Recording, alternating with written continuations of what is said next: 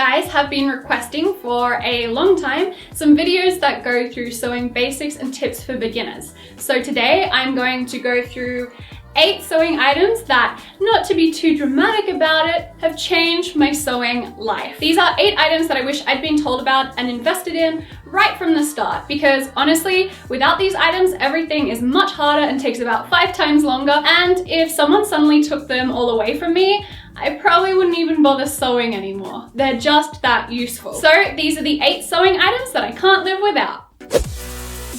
I hate cutting out fabric. It's the most boring and tedious part of sewing for me. However, this rotary cutter and cutting mat lets me do it super fast. So instead of having to pin your pattern down onto your fabric and then use a pair of scissors to cut around it, which can lead to lots of inaccuracies in cutting and also just takes a lot of time, you can instead zoom around the edges of your pattern in like a minute to cut out your fabric using a rotary cutter. The rotary cutter basically just looks like a pizza cutter, except that this blade is titanium and it is super duper sharp. Seriously, be careful using this because I've sliced my finger open far too many times just being careless. And you'll also need a good quality self-healing mat like this one, because you'll ruin anything else that you try and use the rotary cutter on. Guys, it's very sharp. Did I mention that it's very sharp? Now, you don't need to get a mat that is as big as this one to start off with. I actually started off with a mat which is half this size, which worked basically just as well. The only reason I got a larger one is because it looks better on camera when I am filming larger projects. And it does make cutting out larger projects like pants slightly easier, but I've still been able to cut out pants using a smaller one that was half this size, and it was just fine. Something that I don't yet have, which I think would also help a lot with cutting out patterns using a rotary cutter and a mat, is pattern weights. They're basically weights that you place on top of your pattern to hold it down flat on your fabric so you don't have to pin it down onto the fabric. However, this can basically be replicated using a couple of heavy items that you find around your house, so I don't think that they're totally essential. Still, maybe I'll change my mind once I get some. Now, this is an item that I only just started using in the past couple of weeks, and oh my gosh, has it changed my life. It saves so much time and it makes things so much easier. I wasted way too many hours turning fabric loops and trying to get elastic through casings that I just can't get back. But anyway, now I have this. This is a bodkin. You could also use a loop turner. They're slightly different items, but this bodkin here can be used for both functions. They allow you to turn loops of fabric. So like you might make a loop of fabric for a waistband, for instance, or for straps.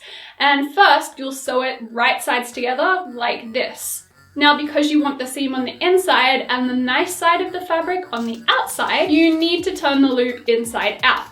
It's possible to do this by hand, but it's 1,000 times easier and faster if you use a bodkin or a loop turner. This is how I use mine. I put this end through the loop of the fabric, bunching it up around the bodkin, and then I attach this end through the fabric, and then I pull it back out to turn the loop around.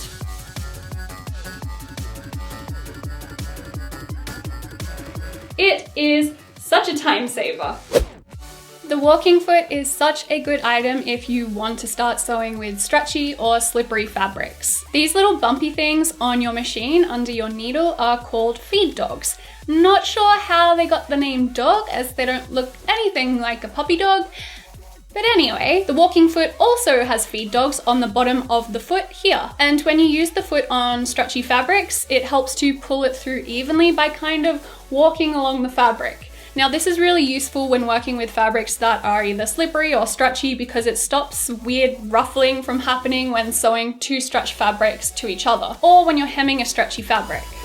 Okay, so I only started using this about 3 weeks ago, but I am never going back, baby. I don't like hemming things because even when using a walking foot, sometimes everything just goes horribly wrong and a hemline ends up all wobbly anyway, even if you've done your best. And as hemming is often the thing you do last on a project, it can ruin that whole project, and yeah, I don't like hemming stretchy fabrics. Enter fusible hemming tape. Basically, you place the hemming tape down onto your hemline, fold your fabric back over it, and then iron it down. This fuses the fabric together and your hem is done, and also super neat. Now, you can also sew over the top to give it some extra hold, but it will usually hold up in the wash if you just use the hemming tape, depending on the quality of fabric that you've used. But if you do then take this to your sewing machine to finish it off, it totally gets rid of the wibbly wobbly hem because it stabilizes the fabric and stops the fabric from stretching weirdly under your sewing foot.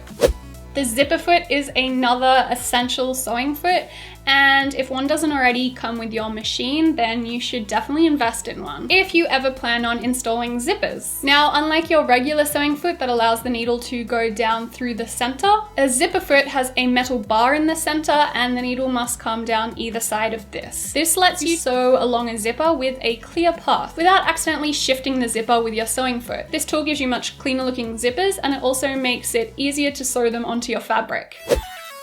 So I used to draw all of my marks onto fabrics with pen or a felt tip marker, and the problem with that is that those marks are permanent. Even if I didn't make any mistakes on the right side of the fabric, I'd often end up with pen lines all over the inside of the garments that I made, which is thoroughly unprofessional looking. So washable markers and also dressmaking pencils are great because, as it says in the name, they wash off.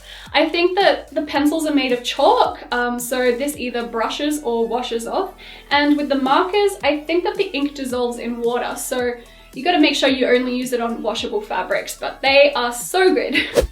Another item that makes sewing a lot easier is this wrist pin cushion. It's such a useful item because it gives you quick and easy access to something you use all the time while you're sewing: pins. I used to just have all my pins sitting in a plastic container, and I'd constantly be forgetting to bring it along with me to my sewing machine from my fabrics, and then I'd have to get up and find where I'd put them all the time. I'd always lose it, and because I'm clumsy as heck, I was also constantly knocking the container over, and having pins all over the floor is somewhat dangerous. So yeah, this wrist pin cushion has saved me from myself. Now, I did just buy this one from a craft store, but it'd also be pretty easy to make one for yourself with a cute scrap of fabric, and I'm sure you can find plenty of online tutorials on the interwebs teaching you how to make one.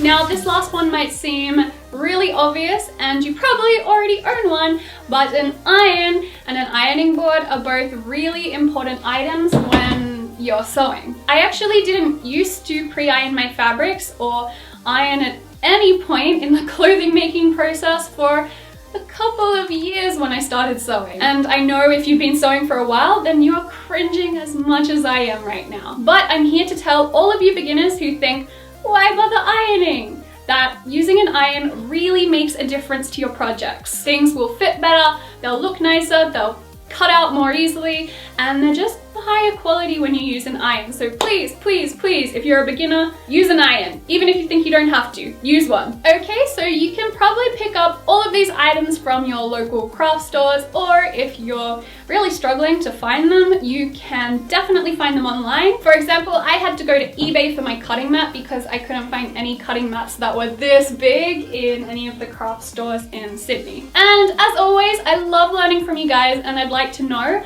what are some essential sewing items that I haven't mentioned here that you can't live without? I'm always looking to make my sewing life a little bit more easy. So thank you for watching. I hope this video was helpful, and I'll see you all in my next video. Bye! Hey, do you like the stickers on my sewing machine? Then you should totally jazz up your own plain, boring, stickerless, punless sewing machine with some sewing pun stickers from my merchandise store. I designed these stickers, and all of the funds raised go back into my YouTube channel and to improving my videos. Pick up a pack today from dftba.com. The link is in the description, and all the stickers are printed in North America. Another way you can support my channel is by becoming a monthly Patreon supporter. To find out more, go to patreon.com/AnnikaVictoria.